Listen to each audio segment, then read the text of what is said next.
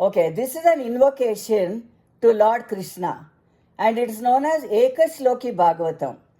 Adau Devaki Devi Garbhajananam Gopi Gruhe Vardhanam Maya Putana Jivita Paharanam Govardhanodharanam Kamsachedana Kauravadihananam Kunti Sutha Palanam Etad Bhagavata Purana Punyakatitam Sri Krishna Leelamrutam.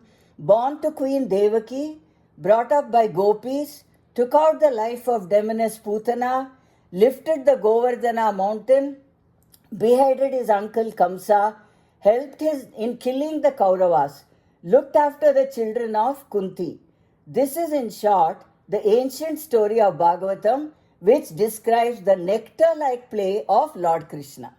So here he is saying one sloka is enough to describe Lord Krishna. Okay, now before we go further, I just want to mention one very, very important thing. That is, Lord Krishna, you can't see him as an ordinary small person in a small idol or in a picture or any other way. You can't just limit him in one idol, because Lord Krishna is that great Brahman whom we have to revere as the mighty. The mighty. He is not just one small, blue boy of Brindavan who lived in Brindavan along with the gopis and son of Vasudeva, Devaki. All that is limiting him. He is not limited, Krishna. He is not the Lord who is limited. So that we have to remember. So, and in Krishna himself feels very sad in the Bhagavad Gita. He says, Avajananti ma mudaha manushim tanumashritam param bhava majanantaha. So he says, Muda means foolish people, ignorant people. They think I am this limited form, a human form. They don't know my real nature. My real nature is something very huge, very big. Okay, let me describe that nature of Lord Krishna. So whenever we talk about Krishna, please remember this. We are not talking about the flute-bearing Lord Krishna with a peacock feather, with yellow robes, and with the cow. You can see the picture there. His sweet smile. Okay, that's all good. That is known as Saguna Brahma. No problem. But we are talking about something greater, which is known as Nirguna Brahma. So how do you describe Lord Krishna? He is known as Brahman.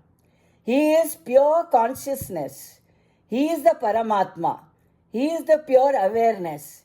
He is the Sakshi, the witness to whatever we are doing, good, bad, ugly. He is looking at us every moment. One and only, according to Advaita, Shankaracharya said that one Brahman only, there's only one Brahman. Then he is indestructible. You can't kill him or burn him or wet him, no. He is neither a part, product or property of the body. This is a very important thing. He doesn't belong to this body at all. He is not a part of the body, property of the body, nor a product of the body. So that's important. Then he is all pervading, omnipresent. He is omniscient, all knowing, all seeing. This is the description of Lord Krishna. So remember, when you are seeing your small idol in your God's room, imagine this Bruhat Akara of Lord Krishna. This is what I have to say. Each time we talk about Krishna, remember this Krishna. That is Brahman. Okay, now we'll go to the starting point. So what is Bhagavatam? So Srimad Bhagavatam was composed by Vedavyasa. After he felt a sense of incompleteness, when he composed the Bhagavad Gita and Brahma Sutras. Brahma Sutras are very, very dry and very deep in knowledge, which ordinary people cannot understand. And Bhagavad Gita is a summary of all the Upanishads that we know. It comes in the Sarvopanishado Gavo Dogda Gopalanandanaha. So it is a summary of the Upanishads, and Upanishads again are not very simple. So straight away if you go to Upanishad, that means you are going to master's degree, which is not possible. So we have to go through KG, first standard, second grade, third grade, 10th grade, all that we have to finish We have to undergo all that type of education. Only then we are ready to understand what that real Brahman is. So, Vedavyasa felt very sad that, it was such a dry thing that he composed Brahma Sutras, he made commentaries and all, Bhagavad Gita also he wrote. Then he felt something was incomplete. Then Narada came to him and told him, see, whatever you have done is okay, but that's only for very high level students, postgraduate PhD students. So it's compose something easier, which all can understand. Everybody should understand. So then Vedavyasa thought, okay, let me compose this Srimad Bhagavatam, which is showing not only the Krishna Leelas, it also shows all the avatars. But remember, there are not only Dashavatara, it's not only 10 avatars, there are many, many avatars of that Brahman. So please, so Vedavyasa thinks, okay, let me compose this, which will be like stories. Okay, you may say, all these are cock and bull stories. No, not at all. Cock and bull stories are useless stories, where you can't get anything out of it. These are stories where we can learn many things. There are moral stories. There are stories where we can relate, in our day-to-day lives, we can apply that. So those are the stories. So don't think that, oh, Bhagavatam is full of stories. No, that don't have that attitude at all. Change your attitude if you have that. So these are very important stories. I am bringing all what is important for us in our day-to-day lives. That's all I am summarizing the Bhagavatam. Okay, now let's see what Bhagavatam consists of. It has got 12 skandhas, which you call as cantos. In Sanskrit, it is known as cantos, totaling 335 chapters and consisting of 18,000 verses. Imagine 18,000 verses. Don't be afraid. I'm not going through all 18,000 verses.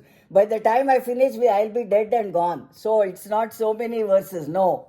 I'm selecting important verses. So first canto has got 19 chapters. Second has got 10 chapters. Third canto has got 33 chapters. You can see the list here. I've got it here. Totally there are 35 chapters with 18,000 verses. As I said, I'm going to select only important ones. Okay. Now, in your school, there's always a question. Who said to whom? If you don't remember, please go back, get your memory back. There's always a question. Who said to whom, where, when, and why? So same thing here, Bhagavata. Who said this to whom, when, where, and why? So let's see one by one.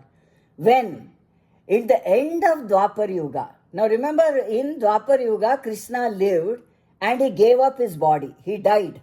Because he was a body, he died. And remember, Brahman never dies. So we are, limiting Krishna to be a body, like a human being. But in that temporary avatar, he took a human form. So Dwapar Yuga he lived and he died in the end.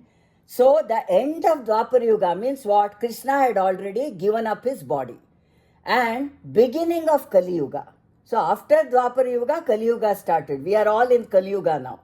So in the beginning of Kali Yuga, and it's in the middle of end of Dwapar Yuga and beginning of Kali Yuga. That's when it was narrated. Okay, where? At Naimisharanya. I hope you have seen. If you have not seen, it's worth going and visiting. Really worth. It's full of forests.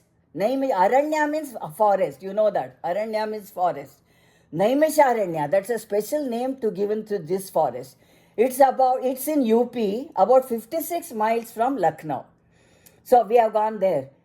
So fire sacrifices are done. Even now they do many homakundas are there. Many homakundas, where they do the actual rituals, which are recommended in the Vedas. In the beginning part of the Vedas, there are rituals, fire sacrifices. They do it even now. Of course, those priests, they want money. That's all a different story. I don't want to go into that story. And then it's mentioned in the Varaha Purana. This Naimisharanya itself is mentioned in Varaha Purana. It's a beautiful place. There is a river flowing there. There's a Hanuman Mandir. There are various places. Kanti remembers. Afterwards, we can talk about that. And then that's the place known as Naimisharanya. That's where this Bhagavatam was discoursed, means told by one person to another. By whom? Question is by whom? First time recital was by Shukamuni. Shukamuni is very famous. He was the son of Vedavyasa and he was a self-realized person.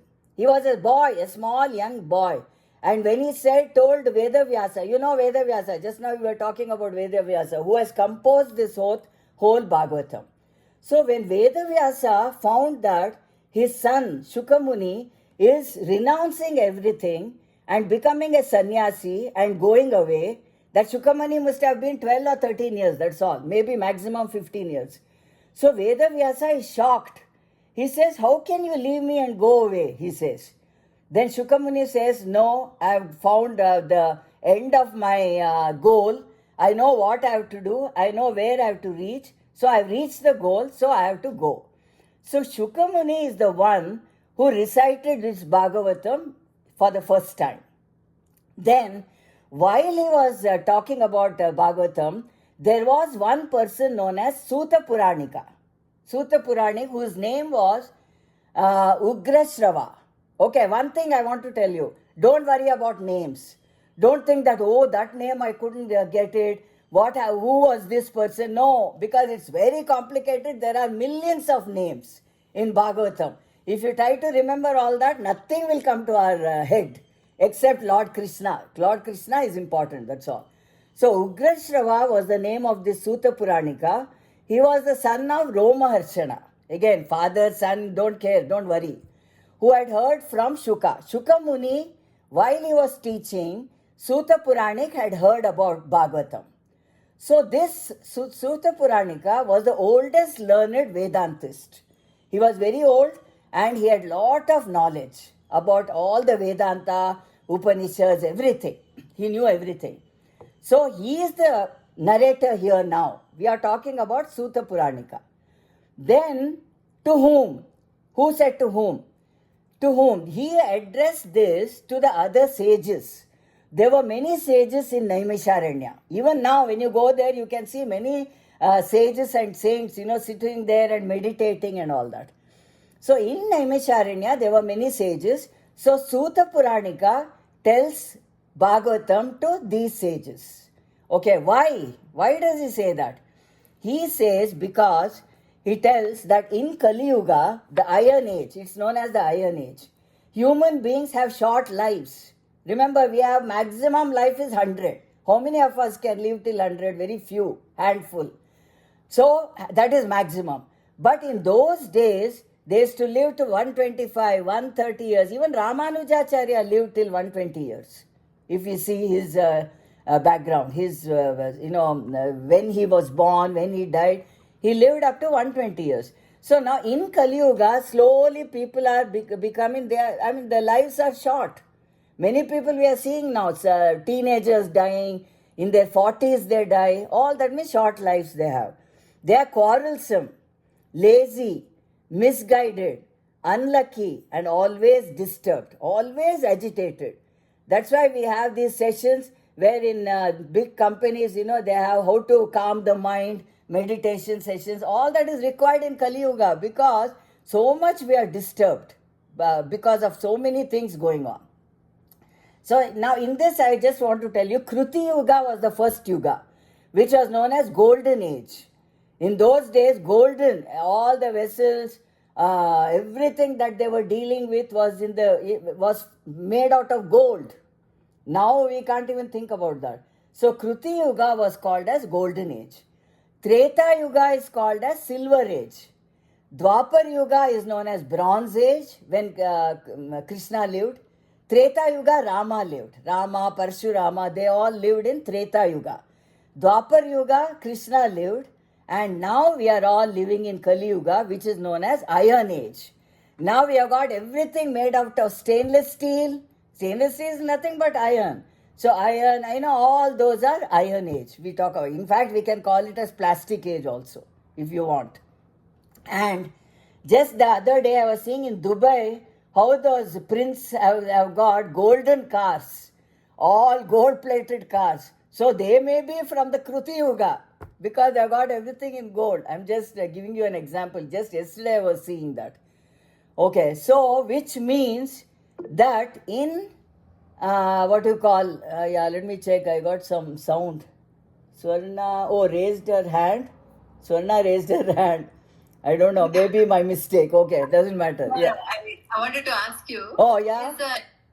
Is Satya Yuga same as Krita Correct, Yuga? correct. Yes, exactly. Krita Yuga is same as Satya Yuga. That's right. Yeah. So then what happened? The result. Okay, what do I get by listening to this Bhagavatam? See, everyone wants results. When you give something, what do I get from this? Even a child will ask that. What do I get from doing this? That's the question, the result. To release living beings who are entangled in the complicated meshes of birth and death, they can be freed immediately by listening to the virtuous glories of the Lord. So that's the result. Final result and final goal. What is our final goal? We want to be happy. Everyone wants to be happy. So how do you get that happiness? By getting rid of sorrow. And because this samsara is full of happiness and sorrow. It's like a wave. You are happy, you go up. Sorrow, go down. We come down. Again we go up, something happiness, happy things happen, we go up. Again something, our mind is disturbed, come down. So that's going on in the samsara. So we want to get away from this samsara. Whether you like it or not, everyone wants that. Everyone wants a final happiness, bliss, which you can call bliss. So this, you are escaping from birth and death. Once you are born, you have to die. And once you are death, you are born. In Bhagavad Gita it says.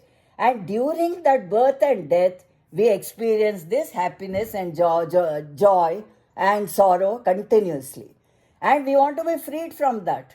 So that's what is the result of listening to this Bhagavatam. So that's what it is. That's the introduction. Who said whom, where, when, why, whom, and all that. I told you. If you want, I can go back another day, not now.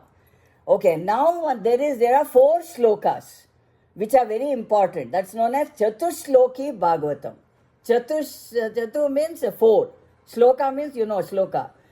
4 important slokas which are selected from one of the chapters.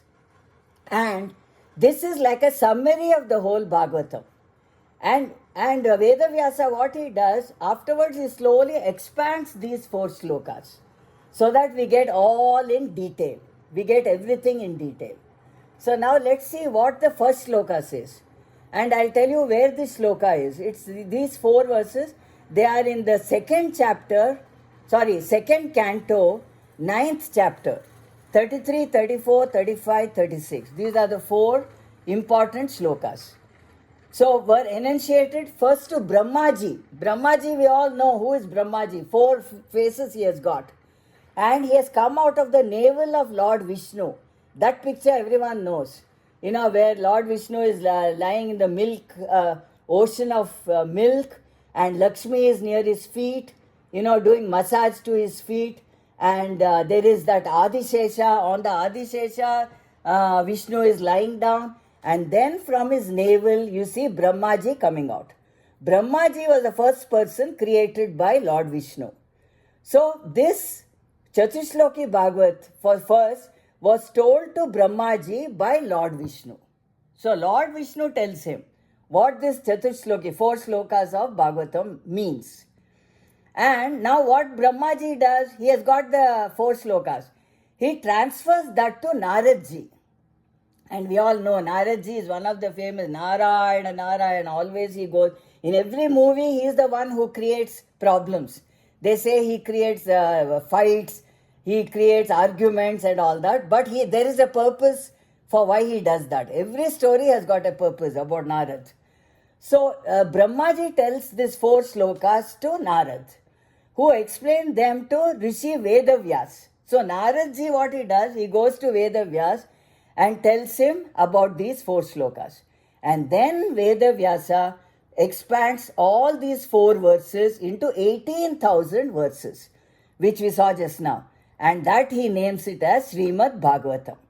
So according to the Purana, by reciting or listening to Chatushloki Bhagavatam, one can remove ignorance. Remember, this is not only stories, as I said, it's not cock and bull stories. No, it can remove all our ignorance, which we are all there. Everybody is deeply deep in ignorance. We don't know who we are. Nobody knows who we are. I know my name, I know my parents, I know my sisters, whoever they are, all that is there. But that's not enough. That's only showing my ego, who I am. But we are totally ignorant. So it can remove our ignorance and destroy the darkness of madness, and the sun of real knowledge rises with wisdom. So when the sun rises, light comes up. So that's how we get the knowledge and removes all the ignorance. So that is the result of knowing this Chatushloki Bhagavatam. Bhagavatam is as good as Bhagavan, Lord himself. You can call the Lord in any name, Rama, Krishna, Devi, Ishvara, whatever you want. You can call any name. And I told you who that God is. That real God is that Brahman. Don't forget that. Yeah. It should be noted that Uddhava was one of the famous devotees, very great devotee of Lord Krishna. He studied the Chatushloki Bhagavatam directly from Lord Krishna.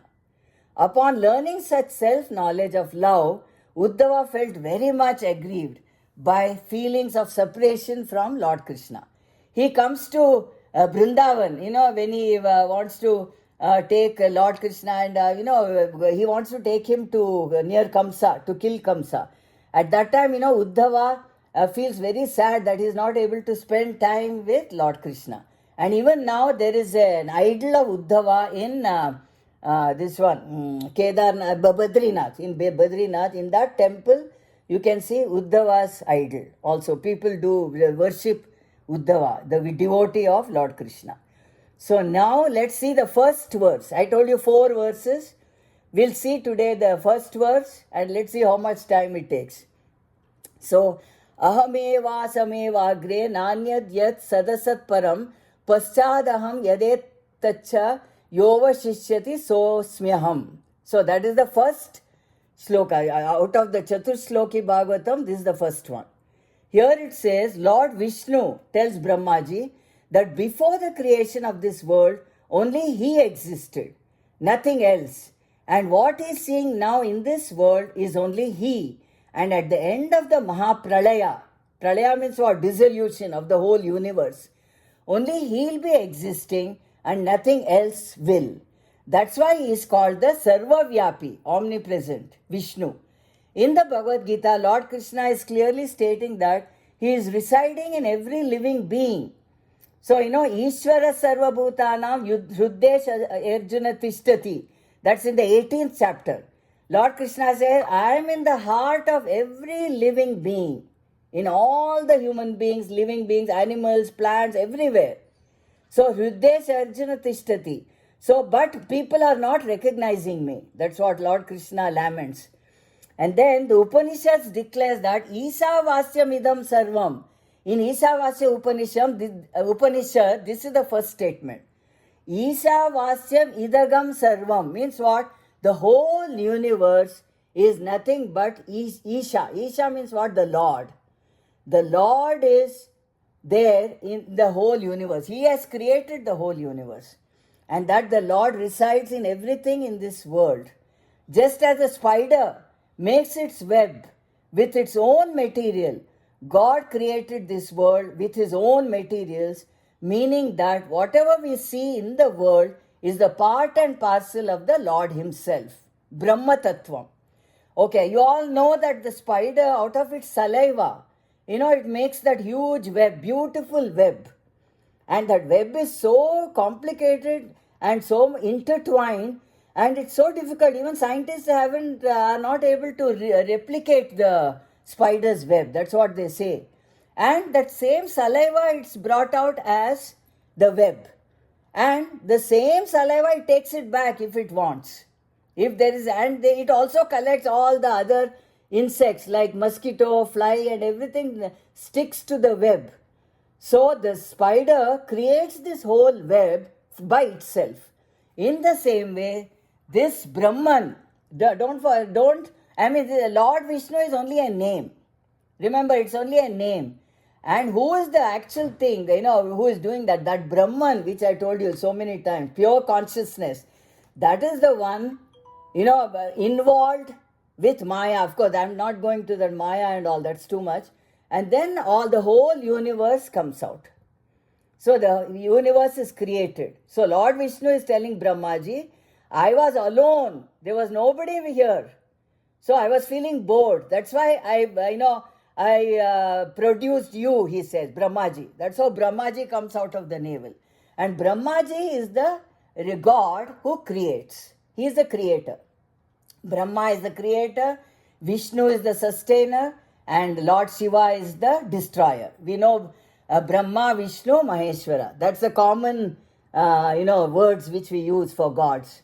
Creator, sustainer, and destroyer. So Lord Vishnu is saying now, when I was alone, that's how, that's what he says. I created this whole universe. So that universe, what we are seeing now. So we are able to see only part of the very minuscule part of the universe. We are not able to see everything. Anyway, this is the first verse. Second verse, Rutertam yat pratiyeta na pratiyeta chatmani tadvidyad atmano maya yatha baso yatha tamaha. So here he says, Lord Vishnu tells Brahmaji that whatever appears to be true or of some value, if it's not related to me, then it's not real or it is false. It's actually my illusory energy called the Maya. Anyway, Maya came up. Maya has to be there. Called the Maya. It's actually like a reflection in darkness. Maya Tattvam. It's like the reflection of a moon in a pond, which is only an illusion, which makes one believe that there are two moons. Only a less learned person will only come into the direct influence of this Maya. So here is now introducing the word Maya. So what is Maya? Maya is something which is illusion. It's neither real nor false. You can't say it is false because we are seeing the world. And you can't say it's real because it's continuously changing. The world is not stagnant. Every moment the universe is changing. Our own body is changing. Every cell of our body is changing. Our own mind. What mind I had yesterday is not same today.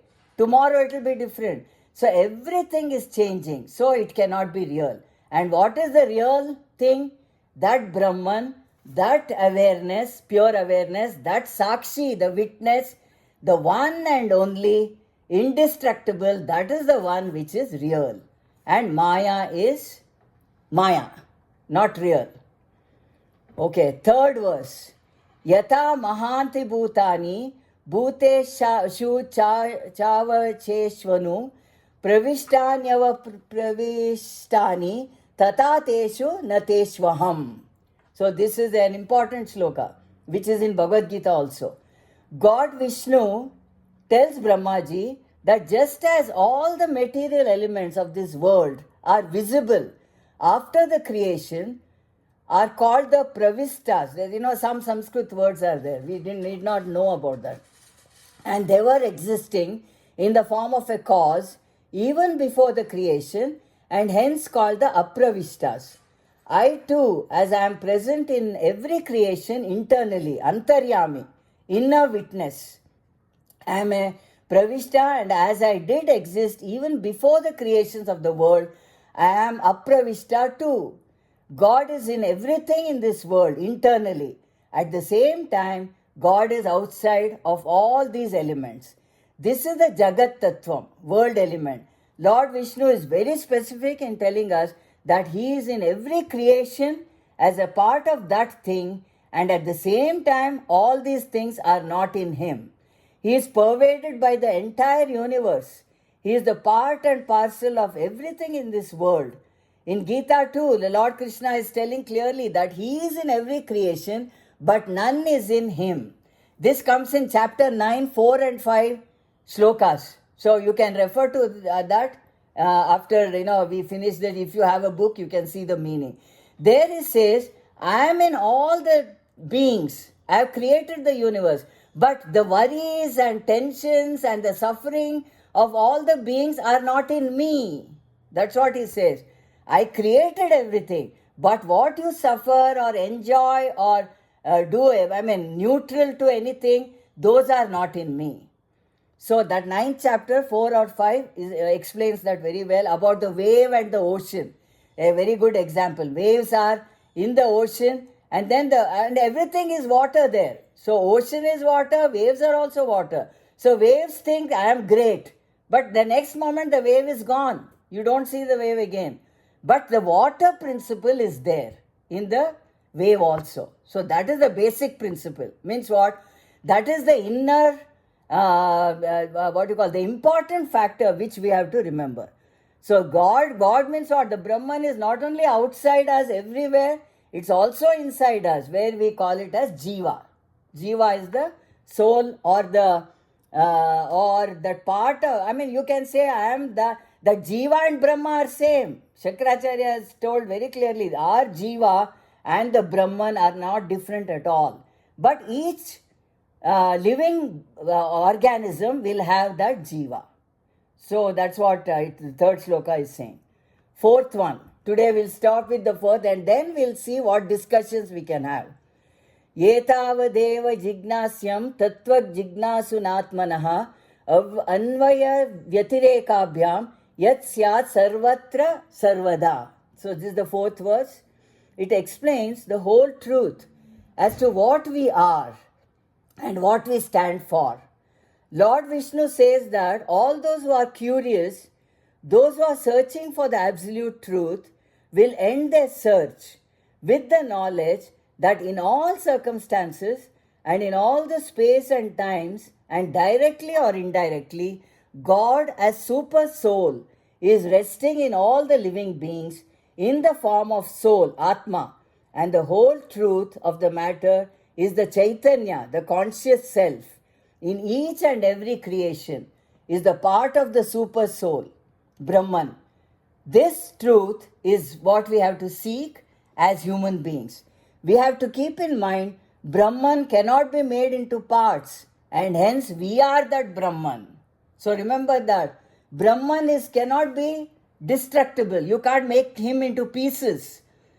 See, in Vishistadvaita, what has happened is, they say our Jiva is part of that Brahman. But Brahman cannot be divided. That we have to be very clear about it. Brahman cannot be destroyed or burnt or wet or nothing can be done. So we are that Brahman. So Jivo Brahmaiva Naparaha. Jiva and Brahman are one and the same. So that's what Shankaracharya finally he said. Yeah, so now, we have come to a small question answer session. Not question answer. Whoever can answer. That's what it is. Anyone wants to say anything? Anything that comes to your mind. There is no silly question here. Please remember, nothing is silly. Sudha, I have Sudha, Yeah. I want to ask you. Wait, one at a time. Radha, 1 minute. Yeah, Radha is saying something. Okay. Okay. the third verse is said, Yeah. Lord says, I am in all beings, Hmm. but they are not in me. That sounds different from Vishwarupa and all that. When we see that, we know that God is in every being. Yeah. But they are not in me is contradictory. Correct. That's, those two verses are totally contradictory. And Jhansi had explained very well the verses 4 and 5. Even now, if she can do it. Because, in that verse, as I said, the worries, the turbulence and the sorrow, happiness of all living beings, nothing affects that Brahman. That's one way of putting it. There are different ways of explaining that same two shlokas. So, we'll come to that. Okay, that answer, Jhansi explained very well, and she also said, anybody has any question about those two shlokas, I can explain, she had told. let's go to that afterwards. Yeah, Kanti, you were saying something? Yeah. No, I was just asking you this Bhagavatam. You said this the two big Bhagavatam which we read. Yeah. Have you taken shlokas from there? Yes, these are all. You go to second canto, ninth chapter, you can see these four slokas. Second canto. Two big Bhagavatas we read. No. Yeah. These are all there in that. I selected the same. Okay. So, yeah, you can check. 9, 10, 11, 12 slokas. Yeah, no. 33, 34, I just now showed you that. Yeah, I can go back and show you. So, 9, go to canto 2. Okay, canto 2. Chapter 9. Chapter 9. Yeah, chapter 9. In that you can see. I'll just tell you which slokas they are. 1 minute. Yeah. So 33, I think just now I put it. Yeah, let me go back. Here it is. 33, 34, 35, 36. These are the 4 slokas of the Bhagavatam where you can see this Chatushloki Bhagavatam. So you can see all the 4. Yeah. 33, 32, 33, 34, 35. No, 33, 34, 35, 36. Okay. 33 to 36. Yeah, you can see that. Okay, now, let's see. Jhansi is there, no? I don't see her directly. Jhansi, are you there? She is there. Yeah. Can you elaborate on that chapter? I mean, Shloka 4 and 5? Sure. Yeah, please. Yes. Yeah. Fourth sloka is in chapter 9 Yeah. of Bhagavad Gita. It says, Maya tadamidam sarvam jagad avyakta murtina. Yeah. That is, everybody understands. He invades everything. He is there in everything in the universe. Okay. That nobody has problem. The next one is Matstani sarva bhutani nachaham teshva vastitah. Here it says everything is in me, but I am not in them. The reason why he says is, let us take example of a wave and ocean. Okay, just for to understand. If you see the wave and if you can catch hold of a wave and hold it in your 2 hands, do you see the wave? You don't. You just see the water. Yeah. Because so wave and ocean both have the same water. Okay. Similarly, consciousness is beings and cosmos. Everything is consciousness. Consciousness has become beings and cosmos. The same way the ocean has become the waves. Okay. But the ocean is independent just like consciousness.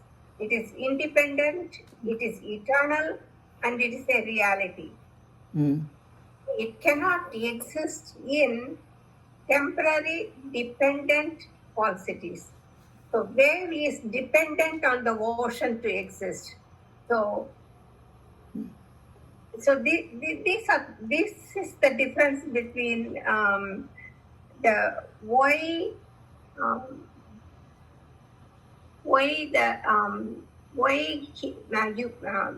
Bhagavan cannot, Brahman cannot exist in the world, because the world, the universe and cosmos are temporary things, and they are falsities. They are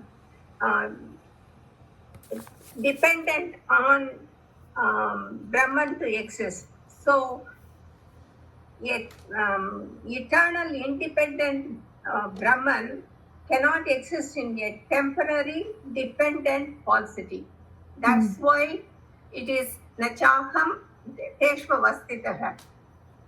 He cannot exist, Bhagavan cannot exist in the temporary universe or cosmos. Yeah, correct. That's one. The next sloka says, even the waves don't exist in me. That's what he's saying. Nacha matstani bhutani pashyame yogamaishwaram.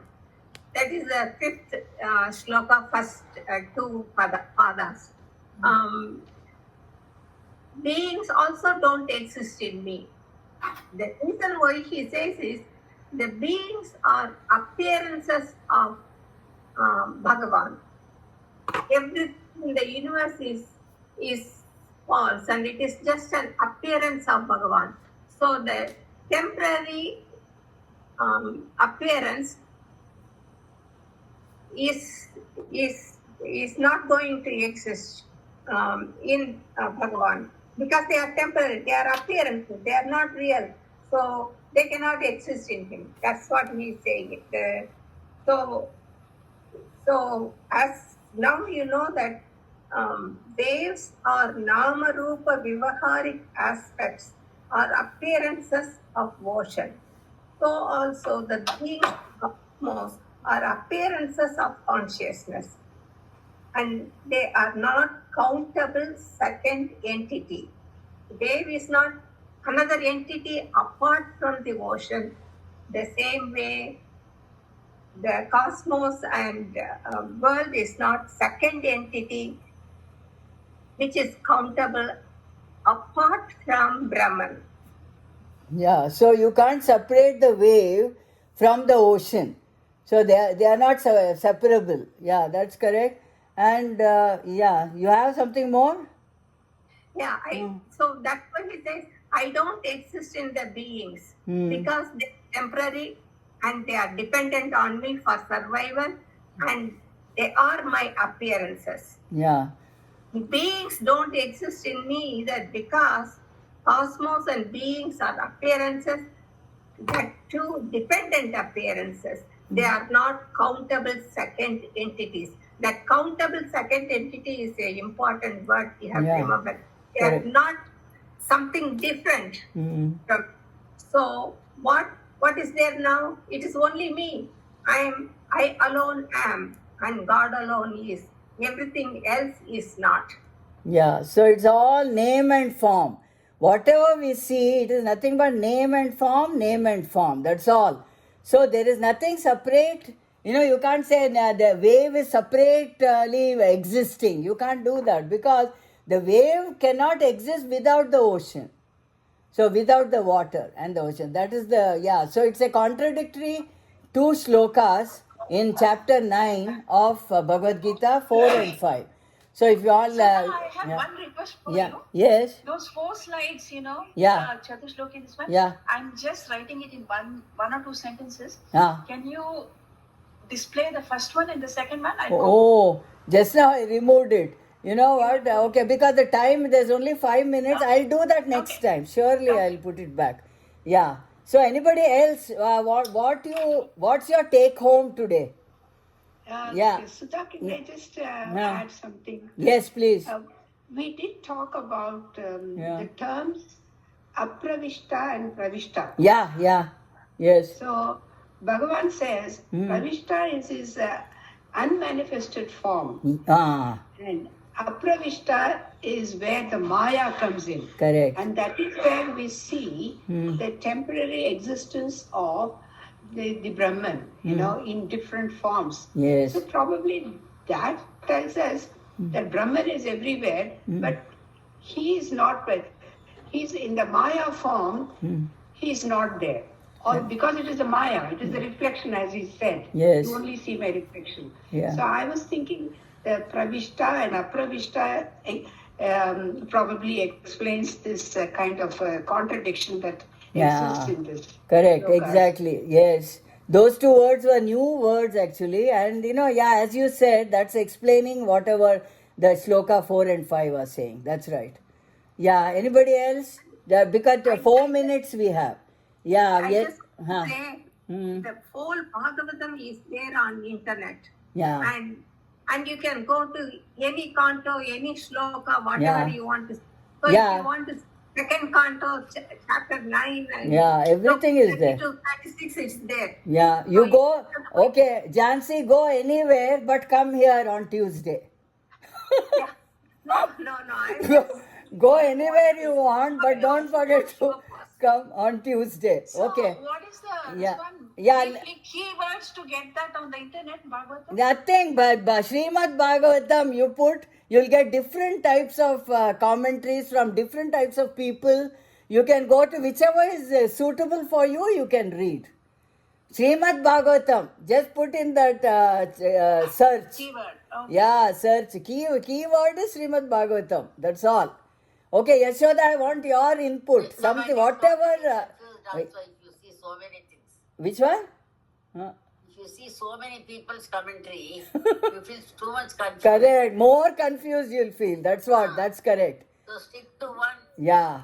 And Follow correct. it. Yeah. Learn it. Correct. Yeah. Okay. Where's Yashoda? I can't see her. Yeah.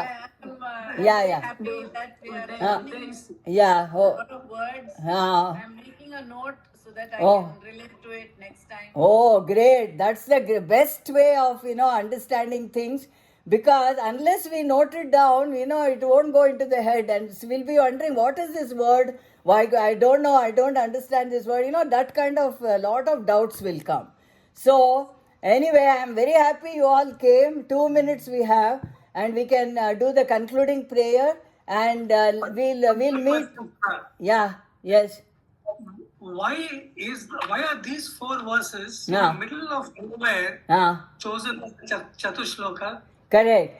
These 4 shlokas, the call is ending. Okay. These 4 shlokas are very important because using that, Brahmaji Vedavyasa expands that. Using those shlokas, because that's the essence of the whole Bhagavatam. The whole Bhagavatam essence is about the creation of the universe, where Lord is situated. All those things are packed in that 4 shlokas. So Vedavyasa expands that into 18,000 shlokas. So that's why they are very important. Okay. Om Purnamada Purnamidam Purnat Purnamudachyate Purnasya Purnamadaya Purnameva Vasishyate. Om Shanti Shanti Shanti. Harihi Om Shri Gurubhyo Namaha. Harihi Om.